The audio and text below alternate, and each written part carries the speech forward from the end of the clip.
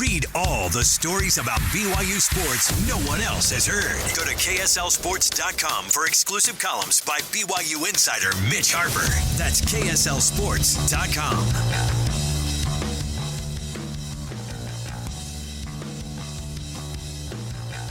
Thanks for being with us on another edition of First and 12 right here on KSL News Radio. Alex, Kirry, Mitch Harper, thanks for being with us on the program, everybody. Mitch, of course, going to be headed down to Lubbock for the biggest Big 12 game of the week this weekend. And Mitch, would we consider this a bucket list item for you on the trips that you've taken across the world? In terms of rankings and in terms of importance of games, this is as big as any of the ones that you've covered. But I'm assuming that going to Lubbock might not necessarily be the big name venue that you had necessarily thought it was going to be. Definitely not, but I'm excited, to see the Texas Tech students already lined up for, their seating for Saturday's game. They started lining up on Monday. Ooh. Joey McGuire rolled over to the student line and started signing pretty much anything the students were handing his way, which I'm sure was a variety of unique items that students were handing out to the ball coach. But I'm excited. I think, the underrated aspect of the Big 12 is just the environments, the crowds. They're energized. They're excited.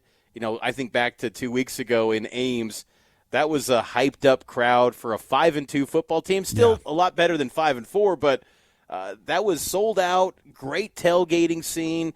That's what the Big 12 provides. These are fan bases that care a lot about their teams, and so the outcomes of these games, they live and die by their alma mater, their team, and want to see these teams come out on top. And that's where now we can give our predictions to let them know in advance if their favorite teams are going to come out on top. All right, so let's get to it. We've got our predictions coming your way with the Big 12 this week, and what we are going to see, it's our game predictions for Week 11. Let's do it. First and 12 predictions, scores, blowouts, and more with Mitch and Alex on First and 12. Let's start with Friday's game, Houston at UCF. I'm going to go with the Cougs to bounce back in the bounce house. What about you, Alex? I'm calling a weird, I don't know if it's that weird. It's an upset, I guess, on paper. I don't know. Houston, I think you lose that game the way that they did. I know they want to bounce back big time, but I think UCF, they need a bounce back bigger than Houston does, in my opinion, just because of how badly they came out against Baylor. But I think Scott Frost and his guys, they're going to pull one off here at home. In Orlando, I say UCF gets that win over Houston. Yeah, I can see that. That's going to be a good game. Colorado at West Virginia. Who you got? Yikes. I'm going to go with West Virginia because it's at West Virginia for no other reason. And partly because Colorado also, you said it earlier in the program, like, I just don't know what their motivation is at this point. You get to that place. West Virginia is at least going, hey, we got to defend our turf here. Colorado goes, where are we going again? You know what I mean? Like, there's that part of it that goes, and Prime, it goes, man, they're going to be ready to kick your butt. And they will. They'll be ready to do it because I don't know if Colorado, to me, it just is, they've been so bad the last couple of weeks. I think that there's not a lot of buy-in for this program right now. I'm going to go with West Virginia with a win over Colorado. It might shock you. I'm going to go with Colorado. What? I'm buying into Juju Watkins that maybe for 1 week he looks awesome and gets Colorado excited again for 1 week. I don't think it's going to be anything long-term.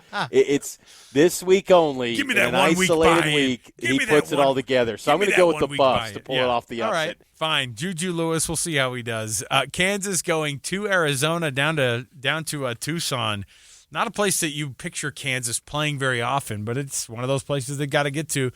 I don't think Lance Leipold and his guys are that into this season now at this point either. When was the last time we even mentioned this Kansas team in a good light? It's been a while, and I think Arizona is a better team than we probably give them credit for. They've lost close games.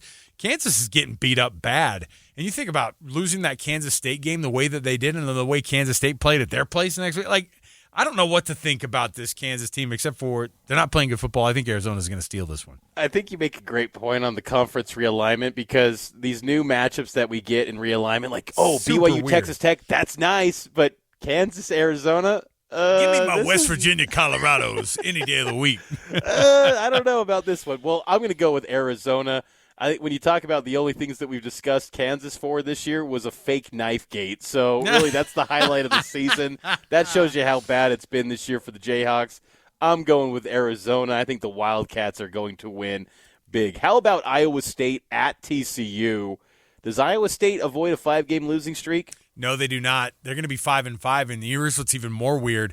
They're going to be staring right in the face to a possibility of not being bowl eligible after being ranked 13th earlier in the season, Mitch.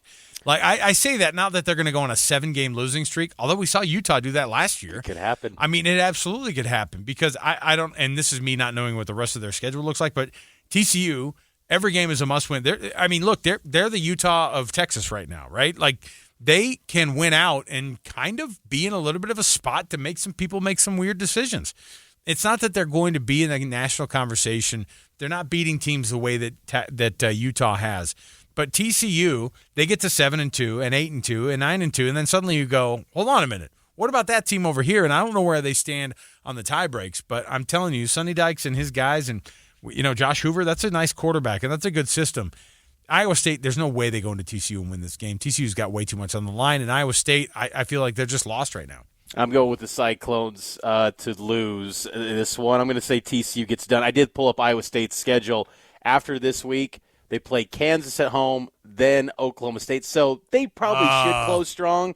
But this one, I think they dropped to 500 after this week against TCU. Now the big one, BYU at Texas Tech. Number 7 BYU, number 8 Texas Tech, courtesy of the College Football Playoff rankings.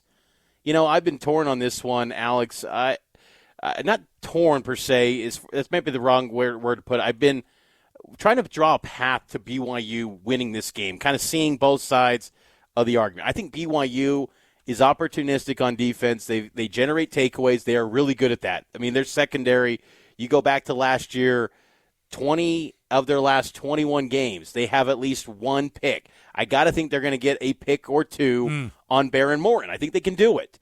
But, man, I just think Texas Tech personnel-wise, this is a different level. And I think even Aaron Roderick, BYU's offensive coordinator, highlighted this. He said this is the best team that BYU will have faced since 2023 against Texas.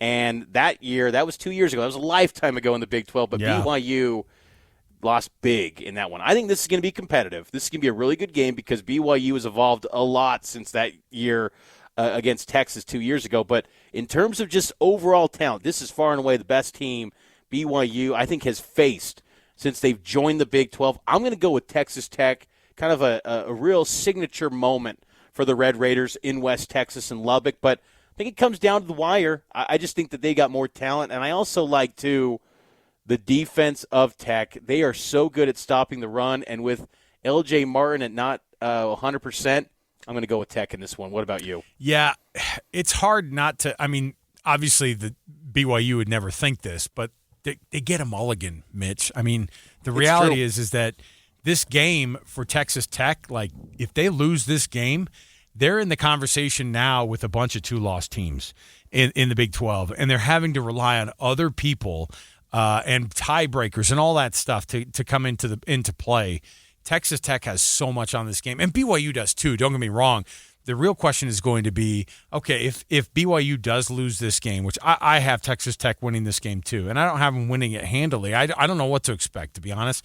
I don't know what version of L.J. Martin BYU is going to roll out in this game on Saturday. I think Bear is going to be very good. I think that they are going to look and they're going to say, we know what we have to do to attack this team, and they're looking at each other and they're going, this is our house at Texas Tech. Taylor Swift's best friend's husband is going to be at this game. We don't know how to react to this thing. I do think that Texas Tech has so much on this game, and BYU, I think it's so hard to stay perfect in this conference. It's going to be difficult to do. The question is, how do they respond next week? Because last year they lost their first game, and then they lost their second game 2 weeks in a row, and that doomed them the rest of the way. So how do they handle that first loss is going to be an interesting thing to be able to see. So we both have Texas Tech eking the win out, and we'll have to convene again next week on another version of our 1st and 12 program. So Mitch Harper, thanks for joining me, man. Have fun down there in Lubbock, brother.